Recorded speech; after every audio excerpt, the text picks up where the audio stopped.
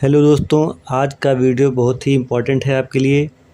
दोस्तों, आज का वीडियो जो हमारा है वो पंखे से जुड़ा हुआ है और पंखा सभी के घरों में होता है और कभी ना कभी तो पंखा घर में ख़राब होता ही है। तो आदमी यही सोचता है कि यार पंखा का सबसे पहले हम कंडेंसर चेंज करके देखते हैं, क्योंकि लोगों के मन में सबसे पहले कंडेंसर का ही प्रॉब्लम समझ में आता है और इससे ज़्यादा वो कुछ कर भी नहीं सकते पंखे में, क्योंकि अगर इलेक्ट्रीशियन है तो कर सकते हैं और बाकी अगर घर में है तो आपके कंडेंसर चेंज करने के अलावा आप कुछ नहीं कर सकते हैं।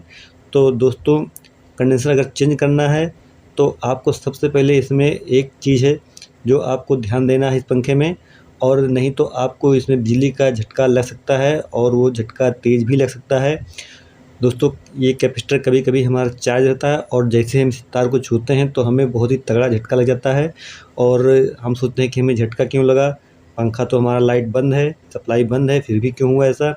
तो दोस्तों, कभी कभी ऐसा होता है कि हमारे घरों में जो होता है सप्लाई वो कभी कभी उल्टी भी होती है, यानी कि हमारे घरों में जो फेज़ का कनेक्शन होता है वो उल्टा होता है। यानी स्विच जब हम बंद करते हैं तो हमारा फेज़ बंद होना चाहिए, लेकिन कहीं कहीं स्विच बंद करने पर फेज़ बंद नहीं होता है, उसमें न्यूट्रल बंद हो जाता है, लेकिन फेस वहाँ पे इसके पॉइंट पे आता रहता है, जिससे अगर हम इसको छू लेंगे तो हमें करंट लग सकता है। पर दोस्तों, कहीं कहीं हमारा कनेक्शन भी सही होता है, फेस कंट्रोल होता है स्विच के थ्रू, स्विच बंद करने के बाद फेस बंद हो जाता है, लेकिन फिर भी अगर हम कभी भी कंडेंसर को छूते हैं तो हमें करंट लग जाता है। तो दोस्तों, ऐसा क्यों होता है मैं आपको बताता हूँ। जैसे कि हमारा ये फ़ैन है, ये हमारा भी इसी तरह से संबंधित है। अभी हमारे पास ये जो फ़ैन है इसमें कैपेसिटर चार्ज होता है और अपने आप डिस्चार्ज नहीं हो पा रहा है, और ये जिसके यहाँ से हमने फ़ैन उतारा है उनको इससे लंबा झटका भी लगा है। उन्होंने बताया भी कि मुझे झटका लग गया है बिजली का, वो मैं समझ गया। पर इसमें दोस्तों बताता हूँ कि ऐसा क्यों होता है, कि इसमें झटका लगने का डर होता है और इससे आप कैसे बच सकते हैं। दोस्तों, अभी मैं आपको इसमें सप्लाई देकर दिखाते हैं कि पंखा हमारा नहीं चल रहा है और फिर भी हमारा कैपेसिटर चार्ज हो जाता है। दोस्तों, ये हमने सीरीज सप्लाई को ऑन किया है और जो हमारा पंखे कनेक्टर है इसमें 3 पॉइंट बने होते हैं। तो जो सबसे नीचे का पॉइंट होता है और जो सबसे ऊपर का पॉइंट था, हमें इसी में सप्लाई देनी होती है और हमारे घरों में इसी में सप्लाई जाती है। तो दोस्तों, इस तरह से हमने सप्लाई इसमें दिया। पहले हमको दिखा दूँ, ये मेरा सीरीज बल्ब है और सप्लाई चालू है और मैं इसमें ऊपर और नीचे वाले पॉइंट में सप्लाई दे रहा हूँ। पंखा हमारा नहीं घूम रहा है। अगर हमारा पंखा सही होता तो ये घूम जाता, पर ये पंखा हमारा नहीं घूम रहा है। तो दोस्तों, हमने सप्लाई को हटाया और हमने इसको स्विच को बंद कर दिया। अब दोस्तों, हमारा जो ये कैपेसिटर है, ये कैपेसिटर अगर हम इस कैपेसिटर को हाथ से छू लेंगे इसके तार को तो हमें करंट लग सकता है। वो कैसे, अभी देखिएगा। आपको सावधानी क्या करनी है इसमें। सबसे पहले आपको इसमें कैपेसिटर के देखना 2 तार कहाँ कहाँ जॉइंट हैं। दोस्तों, कैपेसिटर के 2 तार इसमें जो हैं ये सबसे ऊपर वाले 2 पॉइंट पे जॉइंट हैं। एक ये पीला तार है कैपेसिटर का और ये काला तार, ये हमारा ऊपर के 2 पॉइंट पे जॉइंट है और अभी इसमें हमारा चार्ज स्टोर हो चुका है।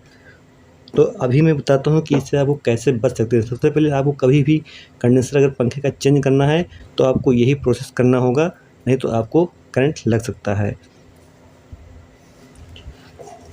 सबसे पहले हमें इसमें कंडेंसर के एक वायर को खोलना होगा। दोनों में से किसी भी एक वायर को हम खोल सकते हैं और उससे हमें सावधानी से बाहर निकालना होगा इस तरह से। इसके बाद जो हमारा दूसरा तार है कैपेसिटर का, उस पर हम कनेक्टर पे हम इस तरह से टच करेंगे और इस तार को हम इसे टच करा देंगे टेस्टर के साथ। इससे हमारा ये जो चार्ज था कैपेसिटर, ये डिस्चार्ज हो गया है। अब हम इसको हाथ से छू सकते हैं, अभी हमें करंट नहीं मारेगा। अगर हम इसको डिस्चार्ज ना करते और फिर डायरेक्ट छू लेते तो ये हमें करंट, बहुत ही तेज़ करंट मारता है ये। तो दोस्तों, इस तरह से आप कंडेंसर के जो बिजली का झटका लगता है लोगों को, उससे आप बच सकते हैं। ये सबसे महत्वपूर्ण बात है आपके जानकारी के लिए। अब दोस्तों बताते हैं कि हमारा कैपेसिटर ये इस तरह से चार्ज क्यों हो गया था। दोस्तों, इसमें क्या होता है, हमारी जो 2 वाइंडिंग होती है, रनिंग और स्टार्टिंग। मैं आपको दिखाता हूँ, मेरे पास एक दूसरा फ़ैन है जो कि खुला हुआ है। दोस्तों, ये जो हमारा फ़ैन है, ये हमारा वाइंडिंग डैमेज है। मैं आपको बताता हूँ, ये हमारी रनिंग वाइंडिंग होती है और ये अंदर की बाइंडिंग होती है हमारी स्टार्टिंग बाइंडिंग होती है। दोस्तों जब हमारा रनिंग बाइंडिंग जैसे हमारे कनेक्शन निकले होते हैं तो कभी कभी हमारी बाइंडिंग बीच से ब्रेक हो जाती है, या फिर जो कनेक्शन जहाँ जुड़े होते हैं इस कनेक्शन से ये टूट जाते हैं, या फिर जो हमारा कॉमन वायर होता है उसमें से हमारा रनिंग तार का कनेक्शन छूट जाता है। जब ये रनिंग कॉइल हमारी काम करना बंद कर देती है तो ऐसी कंडीशन में हमारा जो कैपेसिटर होता है वो चार्ज हो जाता है और वो डिस्चार्ज नहीं हो पाता है। तो इसलिए हम जब इसको छूते हैं तो हमें करंट लग जाता है।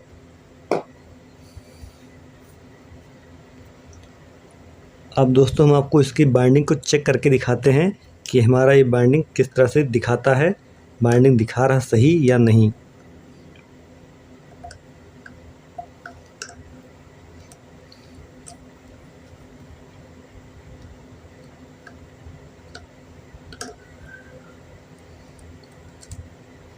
दोस्तों इस तरह से हमने तार को निकाल लिया है और हमारा 2 तार ये पीले और काले में हमारा तार जॉइंट था कंडेंसर का, और हमारा ये लाल तार कॉमन का है। तो हम पहले कैपेसिटर को निकाल के अलग कर लेंगे।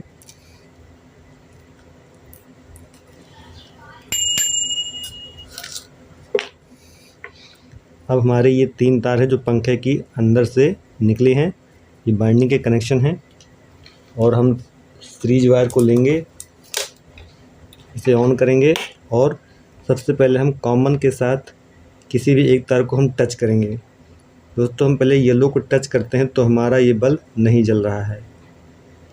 ये हमारा सीरीज बल्ब है और ये हमारा कॉमन के साथ येलो नहीं जल रहा है, और हमारा ये ब्लैक वायर हमारा कॉमन के साथ जल रहा है, यानी कि हमारा स्टार्टिंग वाइंडिंग काम कर रहा है और जो रनिंग वाइंडिंग हमारा येलो तार था ये हमारा काम नहीं कर रहा है। इस तरह से आप देखते हैं कि इसमें हमारी बाइंडिंग प्रॉब्लम है, तो इसमें कंडेंसर चेंज करेंगे तो भी हमारा फ़ैन नहीं चलेगा। दोस्तों आपको वीडियो हमारा कैसा लगा हमें कमेंट जरूर बताइए, और वीडियो अच्छा लगा हो तो लाइक कर दीजिए और हमारे चैनल को सब्सक्राइब कर दीजिए।